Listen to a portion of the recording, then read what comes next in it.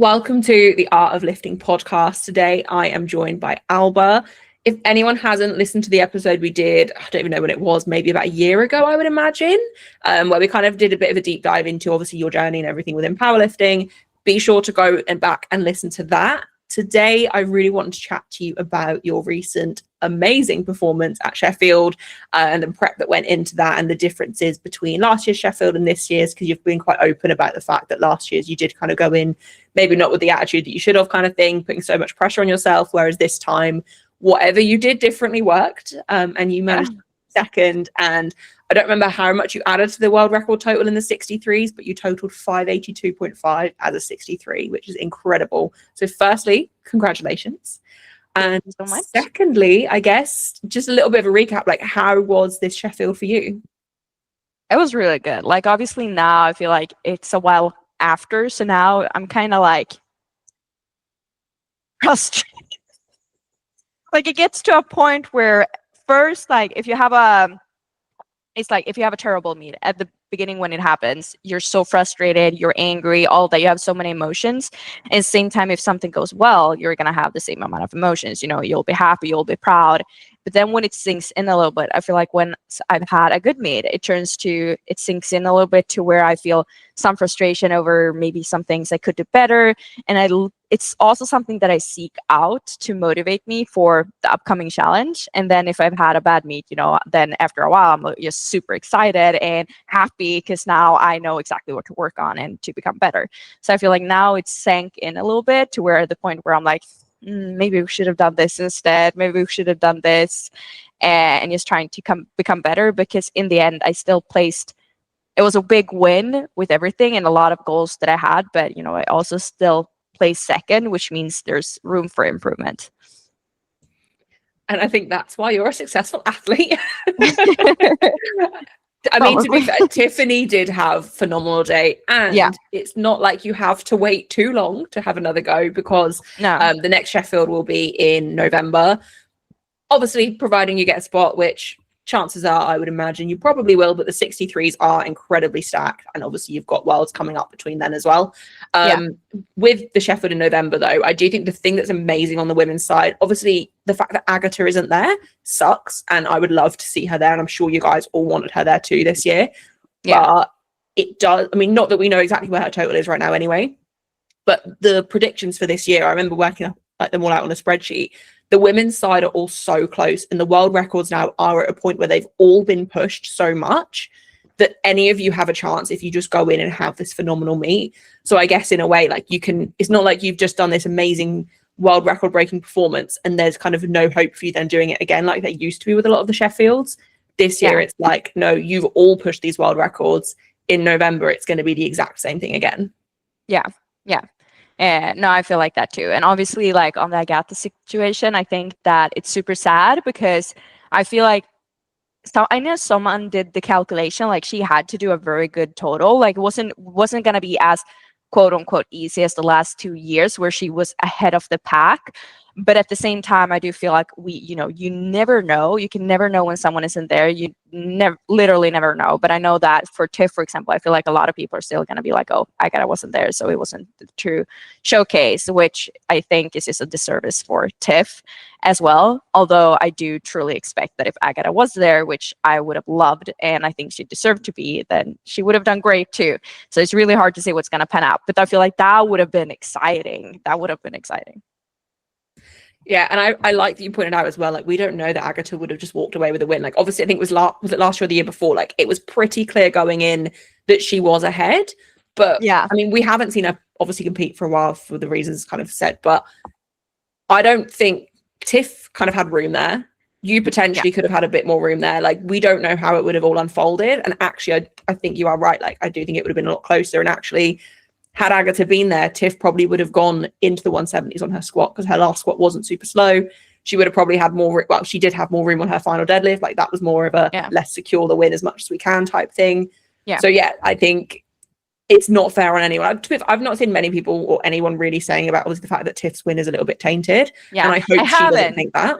No, I definitely don't think so. I think like initially moving into the meet, people were thinking that. And I was like thinking that people are going to think that, but I haven't seen anything about it either. Or I think I saw like one comment somewhere in the deep depths of some posts, like, but I feel like because people actually calculated and because of the percentage that she did, it's like it was still so big. That it would have been different if, let's say, someone won with half a percentage. Maybe then people would be like, okay. But we just proved that it's a good field. It's a very good field. 100%. The women's side is always incredible at Sheffield. And I was speaking to Marcellus on an episode we put out this week just gone. And we were saying, like, with the women's side, it's always really interesting going in because I think a lot of the women tend to, this is a generalization, but tend to lowball what they can do and what they're capable of, whereas the men do the opposite and they really set these super high standards for themselves, which is obviously amazing. But then when you look at the results at Sheffield, like the women's side, there's hardly any misses. Everyone's making super sensible attempt selection. They're Except for last year, though, because last year's women was a bloodbath. I felt like this year the men's was last year's women's bloodbath. It was like last year was terrible because so many people missed, but I feel like of the people that missed last year and were still there did way better. And also a lot of the people that were new, I think, was there that many new people at this shift? I know Chiara was there. She was new, and Sarah Naldi. Heather hadn't been, well, she's not new, obviously, but she hadn't been to Sheffield, had she? There were I think there was still a few, and like, but I feel like they did like a little bit of a better job than like last year being there for the first time as well with actually making attempts. And so I feel like it was more even. It was more like the first 2 years on the women's, but like last year was a bloodbath. Yeah, I think to be fair, I remember last year a lot of the lifters there were very outspoken about the kind of shock of walking on the black platform and on that stage. So maybe this time around, like people were just more prepared for that, like that crowd to be there, which with November, the crowd will be bigger. That will be another thing to kind of tackle and deal with, obviously, on the day and see how you guys do with that as well, which is just something else adding into the whole day. And obviously different personalities will either love that or struggle with that or however it will fall. But yeah, I think this year the women's side was so consistent that actually by the time it got to the men's deadlifts, and I say this as a super fan and I loved like watching all of it, the men's was not as exciting as the women's because the women were just not missing. Yeah, and the women's were a bit, I feel like it was a bit closer as well for like all the podium and everything was everyone's game almost, whereas for the men it was like, okay, perk, and then obviously it panned out very unexpectedly for the men, but it was more like unexpectedly, but like it was close, but at the same time we knew not to go because people missed. Yeah, 100%. Have you watched the whole meet back? Like, have you watched it back all the way through? Like, I haven't like sat through the entire thing like watching, but I have watched like a lot of the men's thing, and I have watched like a lot of the women's, but I haven't like I watched snippets of it because it's a long meet. And then like I feel like at the time when you get home and you actually have the time to go through the entire meet, it's like it's been so long that like everything is spoiled, and like I know everything that happened, and then it's like I always think I'm going to watch the entire meet of a competition afterwards, and then I end up not doing it because I know exactly how everything panned out. And then it's like not as exciting. You shouldn't know what's going to happen. I completely agree. So usually when Sheffield is on, I have friends over for the live and we'll just kind of watch it together and chat through it. So we kind of see what's going on, but because there's people around, we're talking more. So I don't get to like fully immerse myself in it. Yeah. So I always watch it back the next day and it's just never as good because I know exactly, like obviously I see the results online. I guess same for you, like you know who's going to finish where, so it's just not quite as exciting to sit through the whole thing. Because at the first time you're like, okay, is this person puts this deadlift in, but then at the end, like you know that they're gonna pull this weight, and you know, but otherwise you could have like, okay, they put this deadlift in, are they actually gonna pull it? You could sit like watch the scoreboard and be like, okay, what are they actually gonna do? Are they gonna pull it? Are they gonna be able to? But then at the end of the day, you know how it ended up. And so it's not, you know, all the emotions that you have when you watch powerlifting, which is not a lot, but when you see it for the first time and you don't know how things pans out, that's when it's actually exciting. Yeah, 100%. Do you follow powerlifting a lot? Obviously, when you're competing at the big meets, it's a little bit different, as we kind of said, but are you like a fan of powerlifting as well? Or do you try and stay? Because I know you've said before, I think when you were on here last time, sometimes you have like these social media breaks, but do you find you keep up with what's going on? I do, definitely. I do more than I should. And I probably listen to like every podcast that there is on powerlifting. Like it's one of my things. I've tried now recently to stop doing that by instead listening to audiobooks, because I tend to know absolutely everything, which also means that I sometimes know more than some people having podcasts. When people make mistakes, I'm like, you don't know nothing. That was me before I started the podcast, and now I'm the one making mistakes, and I'm like, this is harder than I thought. Yeah. No, so like because I listen so much to like almost everything, but at the same time, like I keep track of like all the battles and everything for Worlds and for the bigger meets for PA, for example, as well. I'm gonna watch that next weekend, in Aftermath. So I decide to like not be on Instagram or anything, so I can't spoil it. So then we can watch it in the morning because it's in the middle of the night, and I'm not gonna stay up in the middle of the night watching powerlifting. But yeah, I do definitely keep track of everything. But then at the same time, I try to. There's a point where it regards me specifically and things regarding me in my weight class. I try to, because it's more noise, what people think about what we're gonna do and everything, and they're never right or wrong, even if they pick me to win or not. So it's like I just try to make sure that doesn't enter my consciousness, but everything else, yeah, it's exciting. Yeah, no, I think that's a good balance to have. Just obviously recapping Sheffield a little bit. I know you've already recapped in quite a lot of detail on other podcasts, so we won't go through the whole thing, but I wanted to ask you how you found not the performance side necessarily, but actually the experience of last year versus this year. Obviously, I briefly mentioned that last year a lot of people said they struggled with dealing with obviously the crowd there and just that change in atmosphere that we're not really used to at powerlifting meets.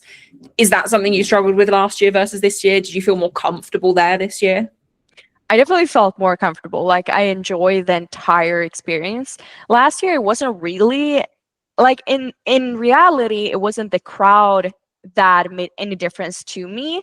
What made the difference to me was I put more pressure on myself for Sheffield because of the standard of Sheffield than I did at any other meet, which just caused me to overreach, basically. And at this time, I just approached Sheffield as any other meet. Because, for example, World Games, I would say going to World Games, it was the experience of going there was, okay, this is actually the biggest meet that I've ever been to because of how well it was organized. But I went into it super, super chill because I had not expected it to be like that. And so many people pulled out. I was like, oh, okay, I just do it for fun, which I regret because of how big it was. I wish I would have, actually given it my everything because I feel like that kind of meet deserves that from me.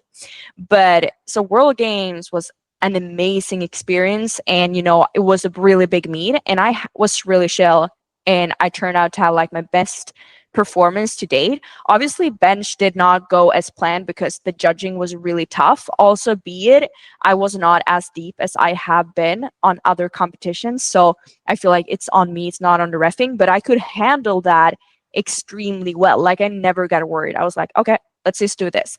So I was really chill and I was really there in the moment, and I could make good weight selections because I knew my body and I didn't freak out. And so I took that with me to Sheffield. Okay, let's just have the World Games approach where, I'm more laid back, I'm more relaxed, and, I just take it as it comes. And we did that, and like both me and my partner as well, because like both of us hated last year. Like he was as well, like this is boring. Like it's really boring because we didn't, socialize with anyone, and we stayed to ourselves. And, I was grumpy all the time because I was stressed, I was nervous. And, obviously afterwards I was just sad and crying and not happy about how it turned out. And, then I had to go to a banquet, and I was like, this is not going to be nice. I was just about everything was just not good. And this time around, it just came in like, okay, we're going to enjoy it. Obviously knew more people now. I'm just going to be more laid back and do everything and be positive about everything, because that worked really, really well for World Games. And so it worked this way now. And now, like, I remember last year I checked out the crowd because people told me it would feel weird. And it did not. I did not feel like the crowd last year made a difference, but I think it entered my conscious before I stepped out because people were telling me that it's going to be different. And now I knew that, okay, it is literally not different. Like it is more people there, more people cheering, but it's not, it doesn't change what you need to do or how you feel like at all in reality, or at least not for me. And so now I just went in and I didn't care about it at all. I just did my thing, and yeah, it turned out well. Yeah, no, it definitely won't. And I think a lot of people say that kind of, I mean, you've been around for years at this point anyway, so you obviously know what works best for you. But I think a lot of people do often say, like, when they go to a meet and they actually just let themselves kind of relax into it, they have a much better day than if they're trying to bring this like almost fake level of intensity to just force something more on the bar that's just not there that day, where I think just kind of being calm and just in your own, and especially I guess because you train at home alone mostly as well, like I train alone at home, and I find if I try and like be too forceful with my emotions and stuff on meet day, it's so far away from how I'm at when I'm training alone at home that it just doesn't really work for me, whereas I guess you're probably a bit more chill when you train at home as well. Yeah, definitely. And it's also like one of these things, like when people share for me, like there's this one girl, I coach her, and she was there watching the competition. I could hear her so clearly when she was screaming. And I was like, that's her, that's Amanda. I was like, hey, I can hear you for every lift, which was really, really cool. So I could always hear her. But otherwise, like usually when I hear people scream, I'm like, what are you cheering for? Like, because I'm so much in myself, I never need anyone to cheer me on when I go out, because I'm so used to always lifting. Like, even when I'm at my gym, I'm used, there's not a lot of people that I really like know there. So we don't have, like at the gym that I'm training at, there's maybe like one person that I'll be like talking to and we'll share each other on, but she very rarely trains at the same time as me. So usually I'm still alone, which means that even if I have a max effort lift, a PB lift, like I'm still doing it all on my own. No one is going to be like, come on, Alba. So like I'm used to doing it myself. So now at the first time when I had my home gym and was used to that and someone cheered me on, I was like, stop cheering, because it distracted me almost at the first competition. And then, I grown to like it and enjoy it when I get it. So now I draw from it. But at the same time, I'm so used to training on my own and getting those emotions in myself. And I think you can see at my last competitions, like for Junior Worlds, I was so emotional going out screaming. And I think I would have done that this time if I would have tried to pull like 241.5 for the win, if I would have lowered that. But now I knew that I had the weight. And all my last 3 meets, Worlds, World Games, and this one, I knew I had the weight. So I like literally, I don't scream anything. I'm just focused, go in, and then I pull it. And then I'm scream. But I'm like super, like I just know that I have it. So I'm very calm. And like everyone is like, my coaches are like pumping me up in the back. And I'm like, I don't need it. I'm like super focused. Like I just know I have the weight, which is why I'm like, maybe we should have tried to load more. The last is 241 what you would have needed to pull ahead of Tiff? Yeah. I thought it was 242.5, but then I calculated like last week literally and saw that it was 241.5, because someone tagged me in a post and said, I wonder what would have happened if she tried to pull 241.5 for the win. And I was like, I would have needed more, but I think that would have put me at 3.8% and Tiff was at 3.79%. So it would have just passed, but at the same time, I know I had more than 237.5 because 237.5 moved well. I can grind more, but at the same time, I feel like 240, 100%. 241.5. I actually don't know. I feel like I would have had to get there. I probably should have done like 230 for my second, which was a plan, but we like stuck to 227.5 because I had literally failed 240 in training and I 8 weeks out, and then I did 237. So I knew like I had that, which is why we put 227. But I feel like we maybe would have needed to do 230 to have the jump to where the point where I would be like, okay, you know what? 230 moves well. Then I know we have 240 and maybe 241. But at the same time, had I pulled 230 in my second, the PIF, I think they would have put 2.5 more on their last deadlift. So I think it was perfect weight selection to have the opportunity. And I don't know, maybe very close to that 241. It's like one of these flip of coin. Maybe I could have pulled it, maybe not, which is why I think that I may be a little bit sour, because I don't know if I maybe had the capacity to win and I didn't go for it. But at the same time, I don't know, because I've never pulled that weight. And 237 was heavy, but it wasn't, I had more, but it's like how much? Yeah, I don't know that. And I think when there's that little bit of extra pressure on the line as well, then, and I love either rise to it or it could like make you make a mistake. Exactly. And that's where, because and in the end, I think was the right choice, because I was 100% certain about 237. And when I went out from 227.5, I said 237.5, that's what I got. I don't got more, but I got 237.5, 100%. And it was after the 237.5 that I realized that I probably had more. So I didn't realize that before, which means, maybe if I would have had to pull more, maybe, but I don't know if I would have been confident. And that can affect how well you can actually pull it as well. So yeah, but yeah, that's one of those things where I'm like, okay, you know, there's room for improvement, and I think I can definitely do better. So I just take that as like a fun thing. And, and also it's 241 more would be room. cool. More room for next time. You've only got a few months until the next one. Yeah, no, for sure. I like Hopefully. I like that you split up the kind of the jump side of that as well, because that is how I overthink my attempts so much. Yeah. Like that extra 2.5, like had you gone to 230 on your second, you would have been confident enough to maybe load that. Whereas like 227 to that being that bigger of a jump, I feel like so many lifters are just like, no, don't care. What's 2.5 kilos? But I would have been exactly the same as you in that moment, I think. Yeah, no, because it's like, I usually do those jumps. Like I'm used to doing a 15-kilo jump. So I don't think the jump in itself would have been an issue, but it's like, it's at a point, because I've never pulled the weight, it's harder to gauge how much more is in the tank. If I would have done 230, I think I could have been able to tell if there's going to be 10 more or maybe slightly more than 10. Like at that time, maybe I would have thought, okay, we have 240 instead of 237. And then I guess my coach would have asked me, do you want to do 241? Because that's going to put you here. And then we could have had that discussion. We didn't. And then, you know, in the end, we didn't, and 237 was a good number. So I don't want to take anything away as well from, for example, for Tiff, because she definitely had more in the tank, and I have no idea if I had, but I'm literally like, it's trying to check. Could I?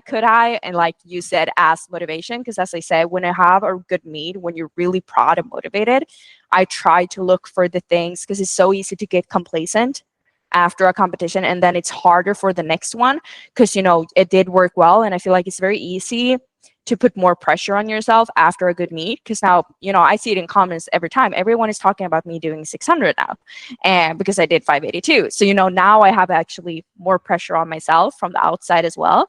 And so to just literally like try to focus, because I do my best after a loss. That's when I usually perform the best. So if I can find things that I can think about improving and imagine that I did terrible, then I can use that as fuel for the next one. On that though, did you at least allow yourself to celebrate and be proud of what you actually achieved as well? Yeah, no, not that we really like celebrate. Me and Sammy went out, like literally you have the banquet and everything, and like I just enjoyed the experience overall. I always take a week off from training after a competition. Usually back in the days, I never would have done so, because I thought it was weak, you know, but now I know that it helps me to be much fresher for the rest of the, you know, extra prep that's coming. And if I have any aches and pains, it can just completely go away so that my body won't break, and which is a good thing. So we like went out for a dinner. That's it. That's how I celebrate. But yeah, no, I am actually like really proud of it. It's more so now that I'm back to training. Worlds prep, you know, Worlds is, what is it, like 15 weeks away, something like that. Yeah, so it's not long at all. 15, 16 weeks flies. So at this point, like, it's just, I feel like I've closed the chapter of Sheffield. So, you know, I'm on to the next chapter. Yeah, well, I'm glad to hear that you, when I say celebrate, honestly, I mean just feel proud of what you've done, because obviously you're so hungry to keep going. And like you said, you know, could I have won? And you're going to have that in your mind now as like a chip on your shoulder in training. But I want to at least hear that you took a moment to be like, oh no, I did really well. Like you came 10th at Sheffield last year. Yeah. And I know you weren't proud of your performance last year, but it wasn't a bad total. It wasn't a bad day. It just wasn't what you wanted for yourself. It was a bad day. It was literally like, I know people say, I think they say it because, you know, it's still Sheffield, but I literally, for me, if I total less than I've done before, that's a bad day. And I think everyone, I feel like anyone can say that. If there's, for example, now there's going to be probably with most chances on Sunday, a new rule change for the bench press. And so I'm obviously going to lose a little bit on my total now. And so that's a case where it's like, okay, it makes sense to be doing less. But otherwise, I feel like if you do less on your total than you have done before, unless it's a specific thing like a change in rules or like an injury that you've had, it's a bad performance. Like, because you can do, like, you usually can do the same because you've done it, you've shown that you can, you're doing worse than you have done. There are circumstances, but for me at that point, like, I was stronger than that. I should have been able to do more than I did before, but I literally just shot myself in the foot. So like, I know that that's why Yeah. I think we can safely say you've got your redemption now. I heard you say as well that you kind of the pressure of getting the wild card invite last year maybe made you feel like you had to prove something even more as well. Yeah, no, definitely. That played a part as well, because I feel like now, at that point, I feel like it was also one of those things that I think like Pete actually told me when I got the wild card was like, yeah, you've been doing so great, so we want you there. And I think I took those words at like, I have to do really great. And like, no one told me that, but like I literally was like sitting at home at night and I was spinning my own plans of how much I needed to improve to like crazy numbers. And like, I told my boyfriend, like I was thinking about this, he's like, are you crazy? That's not going to happen. because it was like a real overreach. It was like, what are you talking about? You're not even going to need that. And I wouldn't have needed that, but yeah. And so I like literally overreached to a point where to numbers I wouldn't even had needed. And yeah, it was just all of it. But just another note as well on the where I think like 241, if I could have pulled it anything, like using that as motivation. It's just one of those things for open worlds in Lithuania. I had to pull 227.5. I wasn't able to pull it. But at that time, I always had this feeling that maybe I gave up a little bit too early for that lift, because I walked in very confident, like I have this. And then I feel like, what if I would have fired up more, being like, okay, you have to give it everything you have to move this weight. But I was like, almost like I didn't give everything because I thought I was going to have it anyway. And that stayed with me all the way to Junior Worlds. Like, you did not give it everything you had. And now it's the same because I did not load it. So I'm just sitting here. Did I have the strength or did I not? So like now I have the same, you did not give it absolutely everything to go all the way. And so that's like, I had that feeling before. And, I kept that in the back of my mind until Junior Worlds, which is why I screamed so much for my last deadlift at Junior Worlds, because it's like, okay, now I have to give it everything. I guess the thing is with Sheffield, though, because of the way the placing works, like it's so hard to know whether it's worth to take the jump or not. Like it is, if you're 100% sure you have the 237 and you're going to be the second place, pretty much guaranteed. I think Brittany tried to pull for it, and obviously she wasn't too far from. I can't remember. And you may end up. I think I would have ended up like sixth or something. Yeah, instead, exactly, and like far behind. So it's one of those things where it's like, and there's money on the line as well, so it makes a lot more sense to take the safe route. But Worlds is a different story. That's exactly where I was going to lead next. I was going to say, especially with the bench rule change, we've got you, Meg, Kiara. Kiara, she was injured, wasn't she? And probably Leah. Oh yeah, I heard Leah's coming back. I said, so I think I haven't heard anything about it at all, but I think she's gonna do Worlds because she did nationals. So I think she's coming back and probably gonna be stronger than before. And she's already done a 585 total in the as a light 69 before. So yeah. That's it's going to be really interesting because obviously the bench rule change will affect 3 of the 4 of you if Leah is there. Yeah. I know you've said on podcasts before, Sweden ref that way kind of anyway, so know what to expect. And yes, obviously your bench will take a little bit of a hit, but you've got time to adapt. I think from what I've seen online, the IPF have basically said, oh yeah, all of our original proposed rules are coming into force and not really taking any. Yeah, I heard something about it from like Pete's page, but I feel like IPF hasn't made an announcement publicly yet.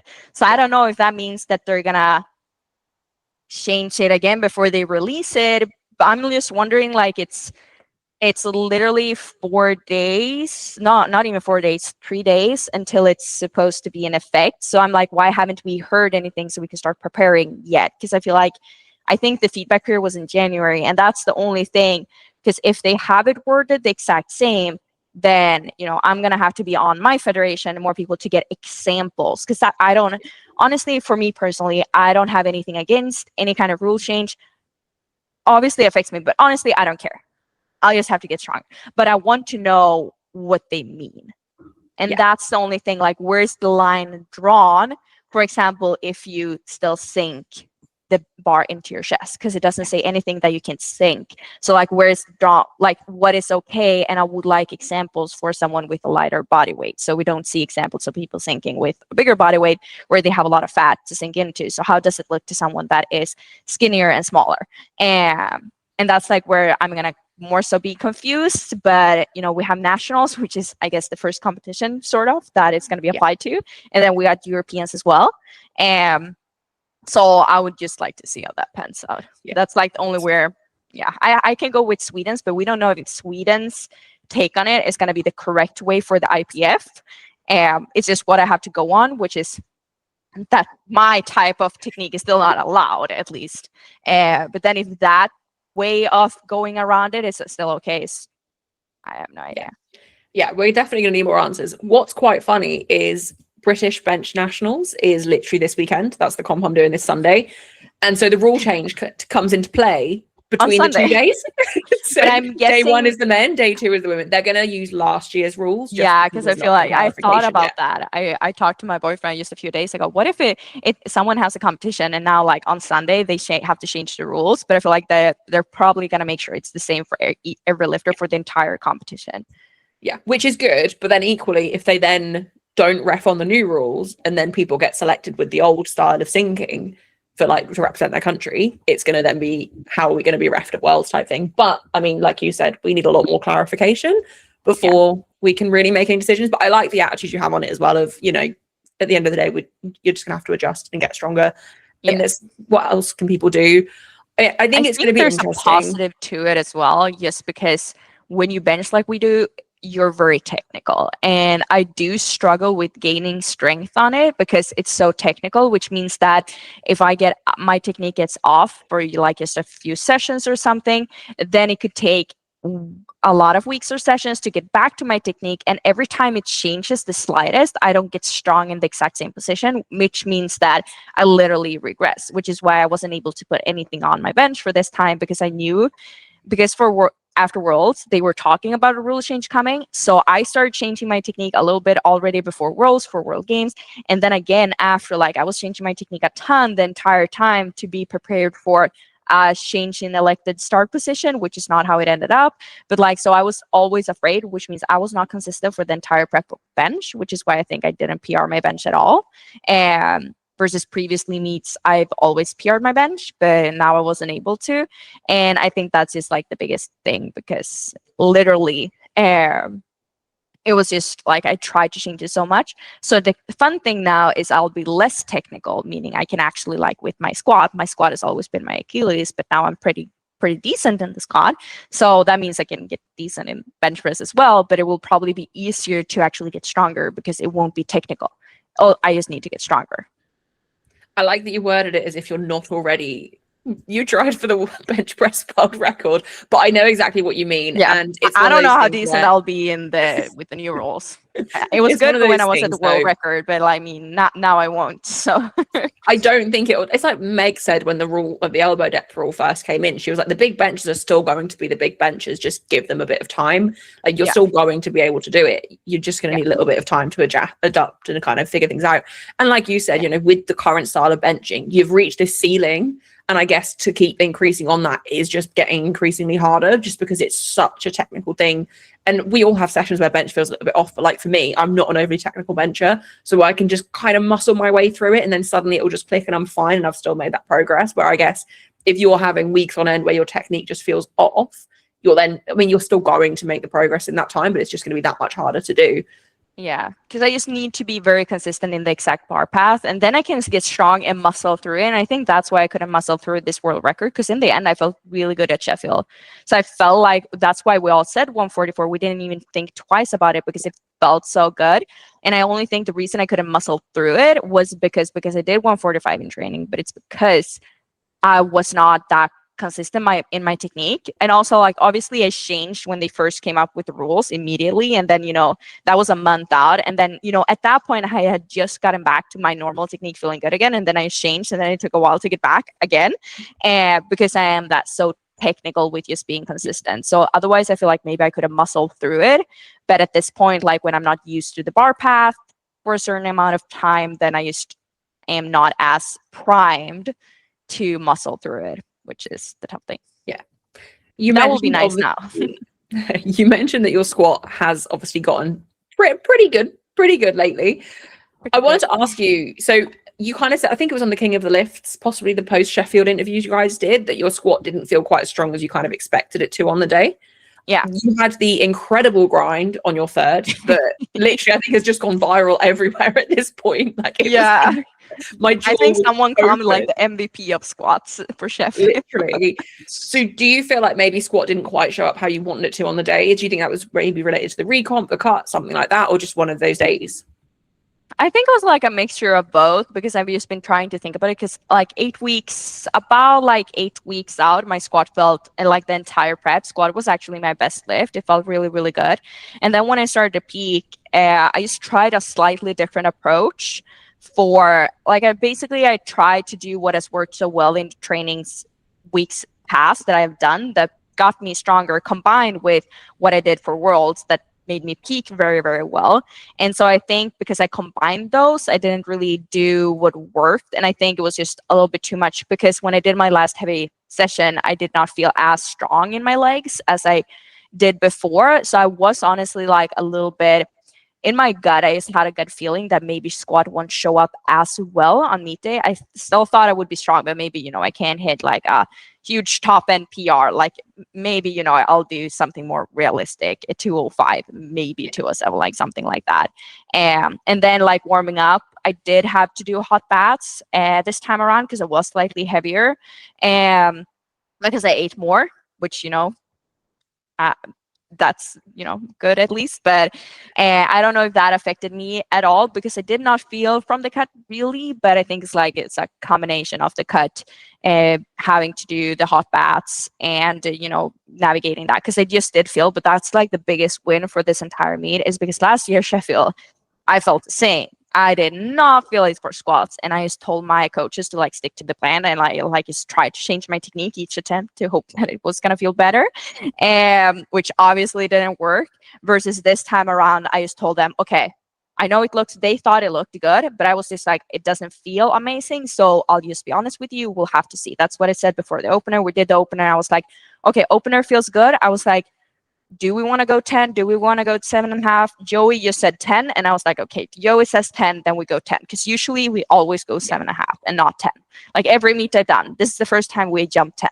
So I was like, okay, let's go 10.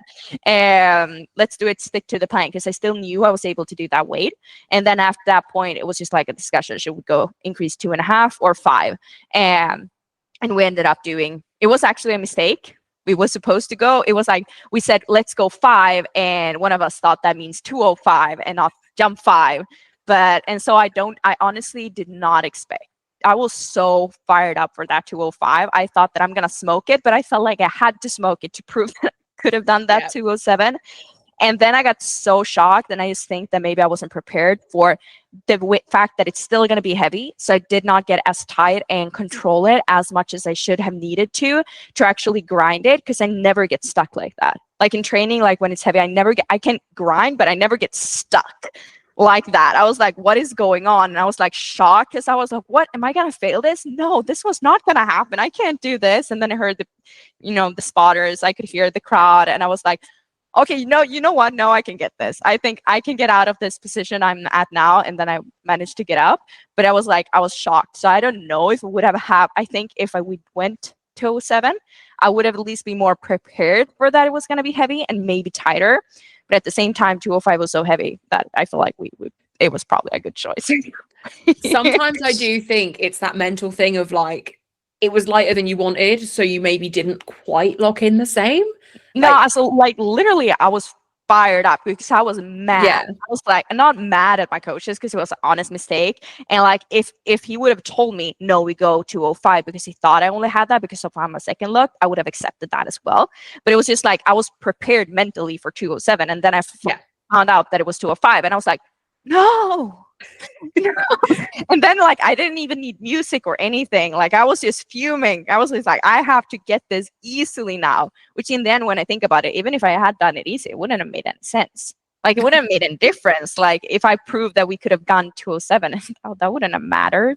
So I don't know why I even got that, but I feel like that probably clouded me from how heavy it still was gonna be. And that's why I think maybe it was a slight misgrew, but yeah. after that, my right glute was toast. Like, it was so toast. I was like, I don't even know if I can deadlift 230. I'll be happy if that happens, because like it did not go away. I guess the good thing here is though, right? So squats in training maybe indicate a slightly higher top end. Yeah. Deadlifts, the final deadlift was not super comfortable, but there was room. So even if your bench does take a little bit of a hit with the rule change, you've got plenty of time here. The difference between where your squat top end could be now and your deadlift will probably mitigate what you might then lose on bench. So I see a lot of potential here for a very, very successful year ahead, even with the rule change. Like, there is still room on the other two. It's not like you were fully maxed out across the board. No, definitely not. And even if I was maxed out across the board for this meet, like, the goal is always to become better and become stronger either way. But we'll just like literally have to see. And I just have a gut feeling that I feel like this Worlds is gonna be even tougher. And maybe not in terms of opposition. And with that, I'm not saying that the opposition won't be great. I think the opposition will be probably bigger as well, but also in terms of myself. I have a feeling I have things I need to work on mentally. I have obstacles that I need to mentally surpass in terms of pressure, and especially now with the bench rule, it's learning, it is taking a hit to the confidence just benching, and the weights is way lower. And I just remember last year, like, I would test my strength all the time to like try to see where am I at, and literally now I still have no idea where I'm at. I have no idea how much I'm gonna lose, and at the same time, I don't even know if I'm training correctly. So that's like something where like a few new demons that I'll have to like surpass, and I feel like the growth of myself will have to be bigger this time around. So I feel like my own opposition will be greater this Worlds than last, and then of course the opposition and competition. So I'm just at this point trying to take one day at a time and just try to enjoy the journey as well, because that's why I did so well at Sheffield this time, and Worlds and World Games. I enjoyed everything, and I was not stuck in a competition or numbers. So yeah, because otherwise I feel like I can so easily get stuck with that. I have to increase my squat, I have to increase my deadlift, that I start overreaching them to make up for my bench. And then I'm not going to make a bigger bench, squat, or deadlift at that point either. So like I feel like it's exciting though, but it's a bigger challenge this time around. Yeah, 100%. It's also like the 63s are obviously always a massive battle anyway. And I think, like we said earlier, like, 3 out of the 4 of you, if we include Leah in this as well, obviously there's other 63s as well that are on the rise too. It's going to be very interesting to see, because all of you are going to have to approach this in a slightly different way, and you're all probably feeling pretty similarly about everything as well. And yeah, I guess like Chiara and Meg, they're on. They're probably on. And Chiara coming back from injury, like, she's going to really, like, she's so strong, and we're kind of still waiting for her day to come, right? Like, she's been nerfed by the bench rules and stuff before, and like we're kind of waiting for her to put it together on the day, like, fully healthy. We've got Meg, who is doing nationals next weekend at the time of filming this, so it's going to be very intriguing to see kind of what she does there and what they're doing with the bench rule there as well. But obviously she's not going to be happy, and she's made it known that she's staying 63 for longer as well, after saying about maybe moving up. It's going to be super close this year, but I think there's so many unknowns that it's going to make it more exciting. But I guess for you as the athlete, it means that you kind of just have to focus on you, which you should do anyway, right? Like, we know this, but there's no point in looking at what they're doing, because you're all just coming in at such an unknown point and figuring this out together. Yeah, exactly. And at the same time, like, either way, you never have any control of what anyone else does. And I know for some lifters, it motivates them so much. Me and Meg were both on a podcast together on Barbells and BS. And, we both like literally, like, one thing Meg said that I truly agree with is, for example, if you post, if you stick or something, if you check what other people are doing or not, it never really does a difference to your training. So you literally just have to find what works best for you. And like, if it is to check out, some people get motivation. I remember times when I got motivation just seeing what someone else does. And at this point for the bench, it's like, if I see what someone else is doing, I'm questioning what I'm doing, because there's so many ways to adapt. So for the bench, I'm like, okay, I can check what other people are doing, because then I'm just like, want to change mine, and I just have to stick to the plan so that I can actually get stronger. Because there's not a lot of time. Yeah, 100%. And even on meet day, you know, even if you've seen someone's training and you're going in, like, you never know how you're going to feel on the day. Even if everything's gone perfectly up to the day, like, we don't always have our strongest days and some things are just out of our control, even down to the reffing standards on the day. Like we saw it at Sheffield, like, you just, some things are out of your control. So if you're focusing so much on what your competition is doing, like, you can use it as motivation. Like, let's say you've got a heavy squat session later this week and you see Meg's just posted up some amazing lift. It's going to make you think, oh, right, like, I'm going to go in and really smoke this. If maybe you didn't really, you know, sometimes we don't really want to train. We don't want to do it. We can't be bothered, right? You'll see that and it will fire you up to be like, no, let's do it. And it will bring that kind of excitement to go train. Yeah. But there's no point seeing it and going, right, well, now I have to lift X amount more to prove that I'm, you know, I'm stronger or whatever, because that's not going to help you get where you want to be. Yeah, no, for sure. Definitely. How are you feeling with World? So you've been back to training now. So Sheffield was about a month ago at the time of filming this. You said you've had a week off. So I'm assuming you probably felt a little bit detrained that first week back. I've actually been the most detrained that I've ever been, which I think will probably, like, it's frustrating as heck, but I think it will serve me later. And I just think it's because I pushed so well into Sheffield that, like, I was so used to training that, you know, when I rested, it was like my body was just like, okay, I'm not training like now. I'm just detrained. I usually always rest, and it's like the first week is terrible. Second week feels a little bit better, and then week 3, it's like, you know, I'm feeling back.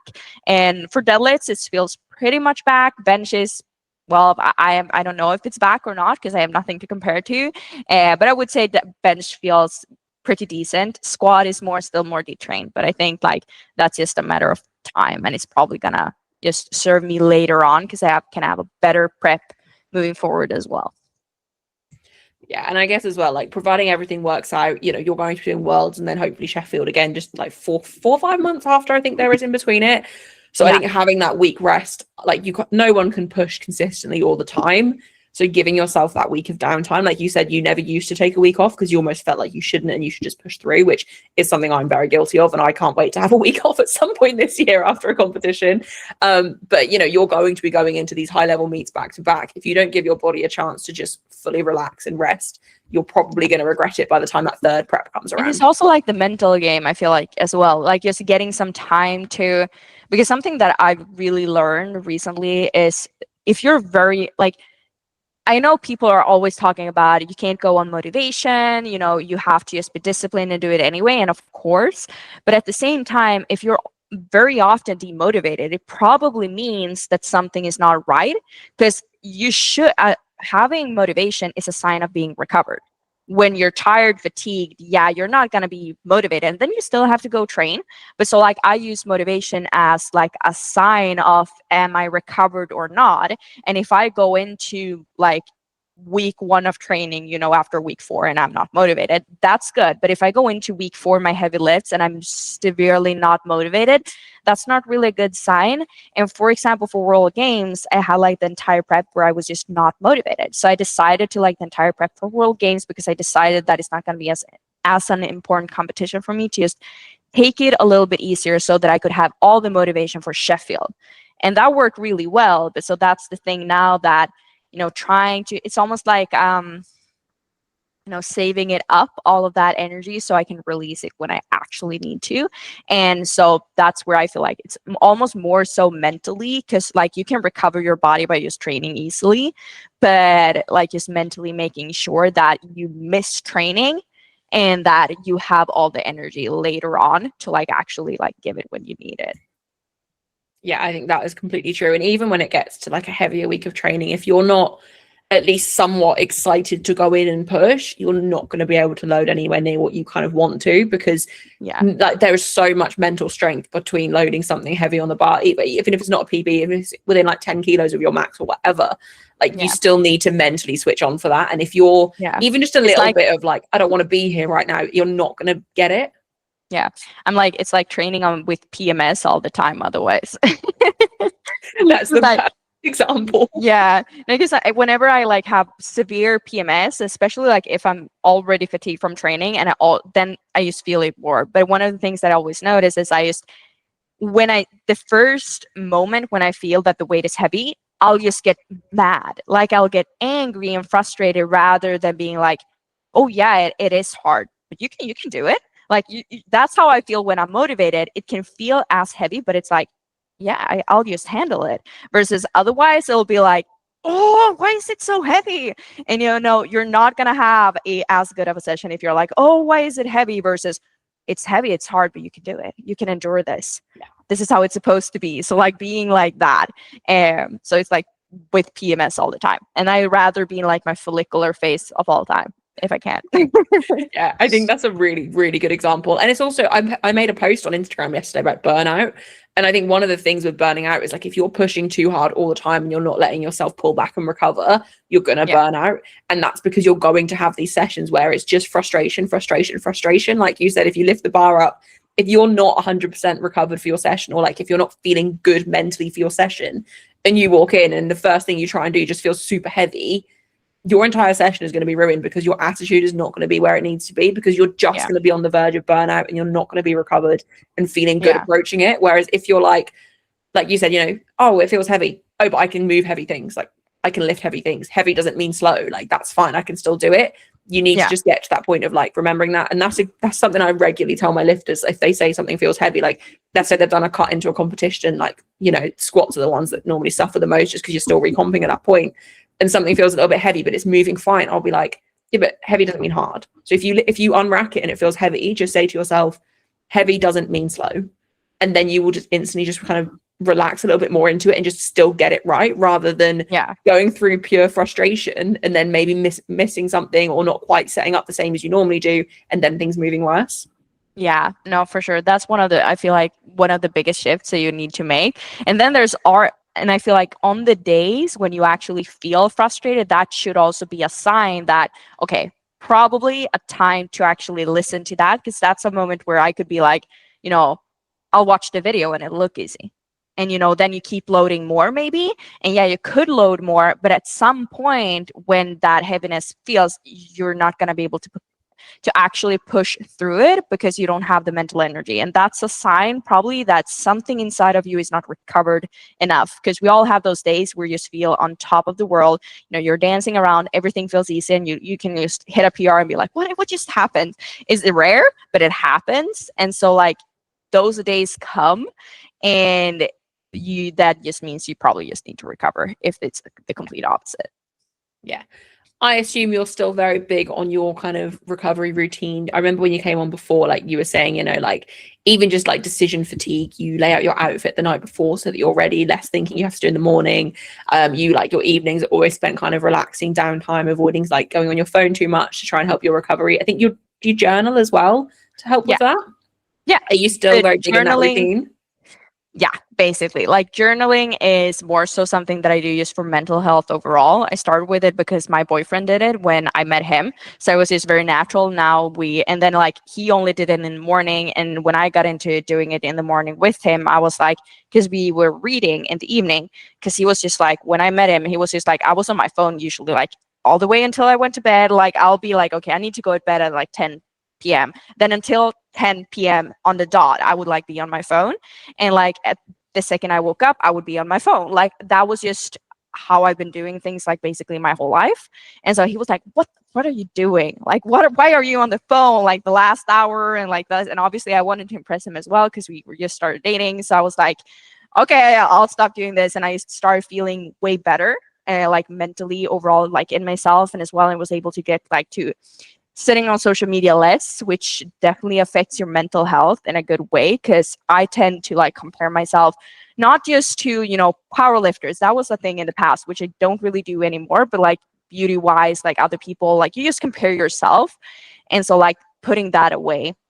And so I still do journal. And then I was like, okay, we already do reading in the evening, and I saw like, we can journal as well in the evening, like before we go to bed as well. And so he started doing that, and like it's just something that we do together. And obviously I'm still with him, so like it's one of those things that we still do. And it's like, if any of us do use our phone anymore, it's like it's just weird for us, so we're like an old couple. And no, I think that's really amazing. What a green flag as well when you start dating someone and that's how they spend their free time. Like that's brilliant. Yeah. I also wanted to ask you, so I keep seeing your coaching pop up on my Instagram, seeing ads for it and everything. Basically, I remember last time we were on, we were chatting about it a bit, and I just thought I'd ask you kind of how things are going. I'm assuming you're still doing well, and if anyone wants to reach out to you for coaching, kind of what your demographic is, how people can reach out to you, that sort of thing. Yeah, so definitely still coaching. So obviously we still got the one-on-one coaching that we do have, which I'm doing and running through. My co-coach, she's also my best friend, which is really cool. She's been coaching with me for 4 years now, which is crazy. But so we got one-on-one coaching for that. And in that case, like literally just send me a DM if you're an English person, because I have like a specific website for Swedish, but like it's a bit harder to find if you're English. So like just DM.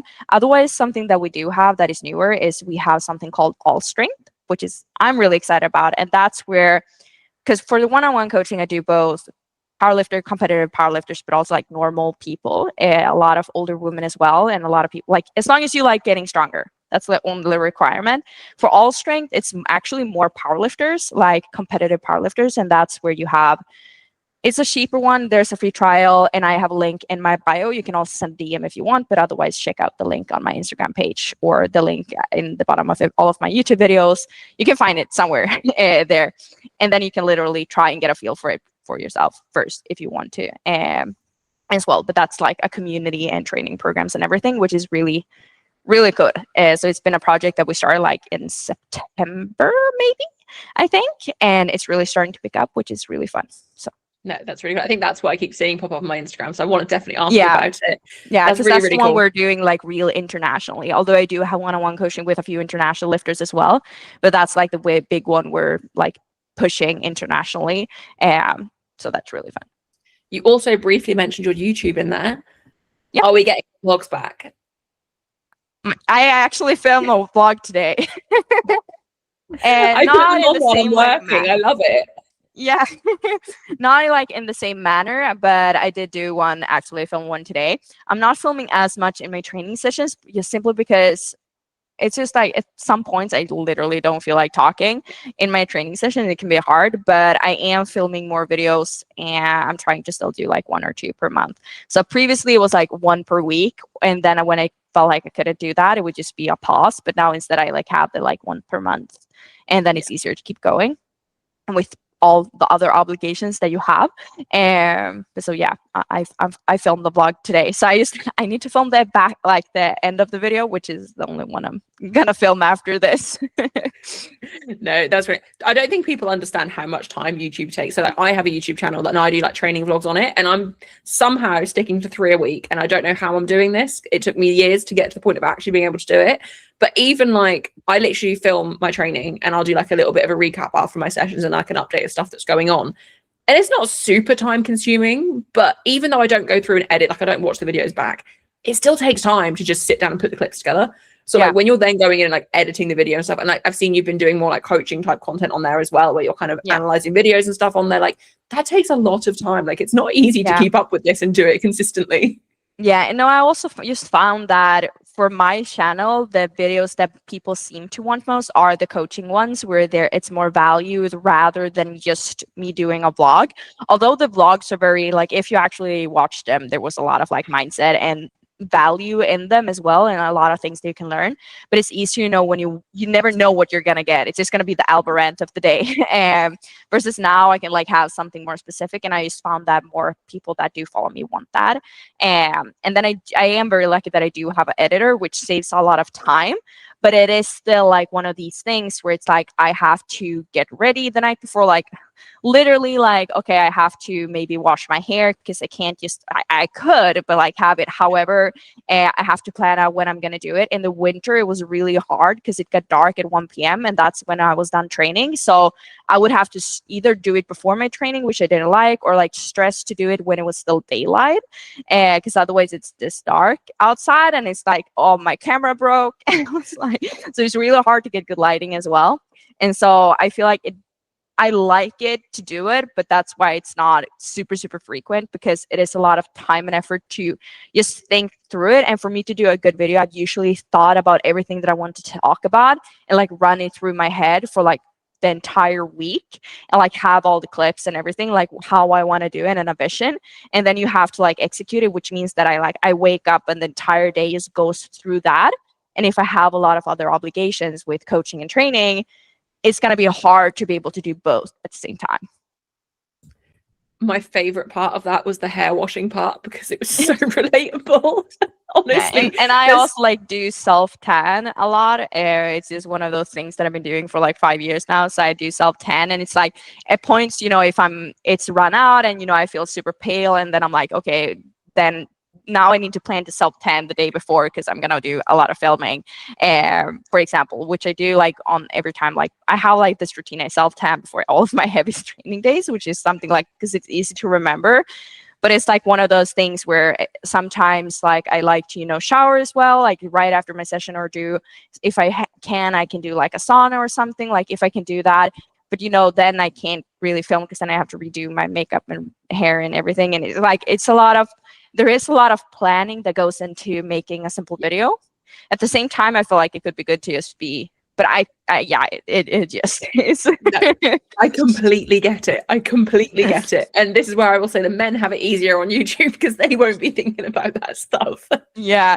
I'm like, I probably then shouldn't. And I have been getting into like actually being able to film more even without makeup, which has been a big game changer for me because then I have been able to like actually film and also like get to if I have a lot of things and not feel like that's something.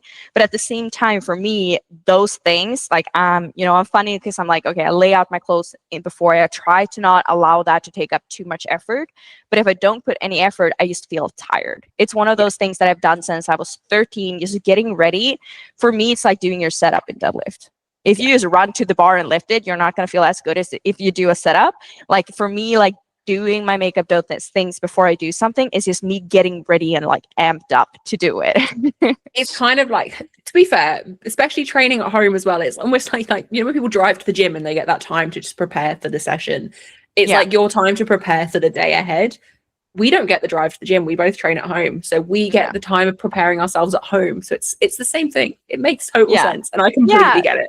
Yeah, like, and that's where I'm thought that, okay, now I'm training at home. I'm just going to, put my hair up in a bun and, no makeup and go out. But for some reason, when I do, I never have a good session. And that's one of those things because I literally tried to consciously get into doing it less because I thought this is time consuming and it doesn't, do me well. But then I do have a bad session because I never feel as energized. It's just like, because I feel like I just woke up. It doesn't matter if I had 5 hours of awake time. It feels like I just woke up versus if I actually get ready, I feel like immediately like, okay, I'm ready to push it. So it's an internal thing. It makes sense to me. Do what you need to do to get ready. I completely get it. There was only one other thing that I wanted to ask you that I should have asked you earlier when we were actually talking about the competition side of things. You mentioned obviously that your cut this time, I guess you sat a little bit heavier because you said the cut was a little bit harder this time. Was it a conscious choice to maybe sit a little bit heavier? I was actually not heavier before. It was just that I ate a lot more calories during the actual last days than I usually do. And this is just mainly because previously I've had a tough time during my gut cut to get to the calories that I'm supposed to. And so I've always had a pretty easy time versus now, it was very easy because I, realized Clear Whey is, an actual existing product that you can get that is protein powder that actually is drinkable, because otherwise a lot of things that I do is like yogurt and protein powder, but and like any other protein powder, like I literally almost choke on it because it's so disgusting. Like I literally feel like I want to puke, and that just makes it way harder to get everything that I need. And now that I have that, it's easy to get my protein in and get all the calories that I need. And so this time around I just planned it way better so I could get the calories that I need, but obviously then it's still more calories than I usually do get. And so, I've eaten more, which could make me feel stronger, but then also it just made me be a little bit heavier the last day. Like usually the last 2 days, I drop way more than I did. And so that was just mainly the main difference, because otherwise my body weight was the same. I was actually lighter during the peak even than I usually am. So it was literally just me eating more, which is a good conscious. Now, like I had to do my first hot bath last year, Sheffield, and I hated it. But this time I just decided to do it the night before rather than like stressfully the day off, like an hour before weigh-in. And so, it was way more chill, but it's like a harder cut. So I don't know how much that played into my performance, but I do think hot bathing is a skill that comes with time, because I remember I did my first hot bath probably was about a year ago, to be fair, maybe 18 months ago. And I remember just hated it. I think I had to do 3 rounds. I was about a kilo over and it just wasn't coming off. Whereas now, like for myself, I don't like doing it, but my weight started falling off. Like every single one I've done has been easier and easier. My biggest trick is the night before competition, I will have a warm bath so that I'm like getting not a hot bath that I'm sweating, but just to like raise my core body temperature. And then I will literally just wrap up and go to bed and just make sure I'm kind of warm when I'm in bed. The bath will help me sleep well because I've had a nice bath before bed. And then in the morning, because my body temperature is already a little bit risen, I'll then literally like 2 hot baths and my kilos off like really quickly. And that seems to work really well, just from like that little bit of extra time in the bath the night before without dehydrating the night before. But I do think it's one of those things, like the first time you have to do it, it does just suck, but it does get easier. It was also last year, Sheffield, like it was so stressful, like simply because, and it was one of those points where I was like, I didn't, because last year Sheffield I had already weighed in when I did it, so it was just like to try to, because normally I try to like be able to recomp a little bit earlier and like start before weigh-ins, so it was just like at that point we couldn't, so that's why I did the hot bath. So I was like, I hadn't decided if I would really wanted to do it or not, like is it worth it? And so if you don't really believe in it, it's gonna affect you negatively. And I was like, I don't need to do this. Why am I doing this? Should I do this? And then it was also really stressful because I needed to go very soon. And like at that point, it was a bit weird versus this time. It was just like, okay, I am heavy in the night before. So, okay, you know what? Let's just do the hot baths now. So I did 2 rounds before bed and then 1 in the morning. And I didn't really need to do the 1 in the morning, but it was like, okay, let's just do it to be safe. Or maybe I actually did because it did spit. Like I was 63.06 when we came to the venue, and like I weighed, so I still like spit all the time and I was like, this was the first time where I was a little bit scared about being the second to weigh in because I was like, I'm still spitting. And I was second. I was like, okay. I mean, you made it perfect. You were 62.9. Can't ask for better, really. The earrings took them off. I think what you said as well, just last thing before we kind of wrap up, you mentioned like the mental thing, the first time you did it, it was like, well, I don't need to do it. Should I really do this? Is it worth it? Whereas this time around, sounds like you were just mentally prepared to do it. And I think with any kind of acute cut, if you tell yourself that it's going to suck and that like it's not worth it, or if you acknowledge the fact that you're feeling a bit rough, you're not going to perform well. Whereas if you can just mentally be like, this is going to affect my performance as well. Like then it is. I think that was one thing that I heard, like, I think it was Gavin Aiden, like a while back. He like didn't make his first weigh-in for Sheffield. I think this was the second Sheffield that was and so he like said that, but then he only had like 30 minutes or something to actually get ready for squats, and he was like, I'm not gonna let that affect me. He was just like, I don't care, and he still hit the world record. And that was like, for me, I was like, okay, let's just, how you feel, let's just not let it affect you, because the thing is with the high cut is you're still gonna feel affected to some point, but like it's a conscious decision you still make. And like I could just diet and sit around 63, but it's just that I like life. 100. You need to find balance with it. But if you, it's that mental toughness. It's just telling yourself that it's not going to affect you, and like almost just lying to yourself, and then you will perform better. And like, who was it? Is his name Carlos Peterson Griffith? I don't know if you remember when he arrived at Worlds, like, and he had to sauna and jump on the scales with like a couple of minutes to go, and he still did he squat the world record or close to? That was like, I think for bench and deadlift, he was like toast after that. It felt like, but before, like he literally arrived like the same day, came into the weigh-in like right before weigh-ins, missed weight and did like some sauna and something. Only had like same story, like just had like 30 minutes or something, like 90 seconds on the clock before like the last, so that means, because we have the 1.5 hour, that means it was 30 minutes like before starting, and then he still scored a world record. It was like, you know what, just get it out of your head. That is all mindset at that point. Like there's no way he felt good. No, definitely, exactly. And then for me, that's where the point, I know that squat is usually the mostly affected, and for deadlifts, enough time has passed, but for deadlifts I peaked so incredibly well. Like I feel like if it would have been the cut, I could have felt good in the deadlift, but I probably wouldn't have felt amazing. Like if the cut was bad, I probably would have felt kind of sluggish still, because I usually always feel a bit wonky for squats, but I can still squat like my PB, and deadlifts feel like good. Like it's always like that, but it's not. I feel like if it really was the cut that was the reason for the squat, then the lift would have felt kind of wonky and bench too. Like I would have felt like kind of wonky in my body, but I didn't. And I didn't really have any cramps apart from like that glute, but that was just because the squat was so heavy. So my right glute was just toast. I think with squats as well, like it's the adrenaline and the nerves of being the first lift. Like no matter how, even if you walked in as a light 69 and you ate into the meat, like you're probably still maybe 2.5 off what you expect to hit, because it's just that pressure of squats going perfectly to set you up for the day. Like it's very hard to have like what you would call the perfect squat day at meet, surely like literally just because of the mental side of it. Yeah, for sure. Okay, that was everything I want to chat through, and I've kept you longer than I planned to, so apologies for that. Like last time. Literally, yeah. We've spoken obviously about your coaching, and if people want to reach out, anyone kind of outside of Sweden, go to your Instagram. Is there anything else you have coming up that you want to shout out? No, actually not. Like I would say the coaching is like the biggest thing that I'm really pushing now with All Strength, because it's really fun. And otherwise, like literally I'm gonna live under a rock. Not literally, but it's just about time to try to get ready for Worlds as best as possible. Yeah, well, obviously, good luck with your prep. I'm very excited to see obviously how the year unfolds. I have no doubt it's going to be great. It sounds like you're like mentally in a really good spot for it as well. So very excited to see how it all unfolds. And thank you very much for joining me. Thank you so much. Thank you for having me.